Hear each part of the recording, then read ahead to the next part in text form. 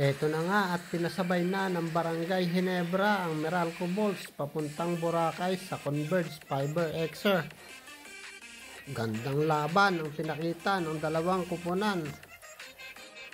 Walang gustong bumigay at walang gustong magpatalo sa kanilang do or dime game.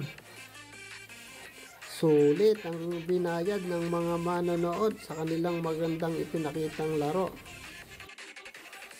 Si Justin Brownlee pa rin talaga ang maaasahan pagdating sa opensa. Katulong niya si Scottie Thompson, Japit Aguilar at RJ Abarrientos.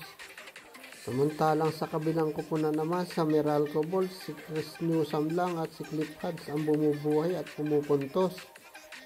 Pumupuntos din paminsan-minsan si Chris Banchero at saka si Aaron Black.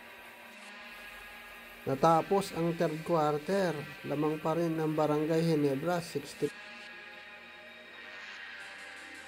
Pagpasok ng fourth quarter, sunod-sunod agad ang ginawang score ng Meralco Bulls. Samantala sa kabilang kupunan naman sa Barangay Ginebra, take over mode si RJ Abarrientos at Justin Brownlee. Sa huli, Barangay Ginebra pa rin ang nanalo, 94-87, bound to semis ang Barangay Ginebra. Samantalang ang Meralco, paboracay na sila sasama sa Converge Fiber Xer.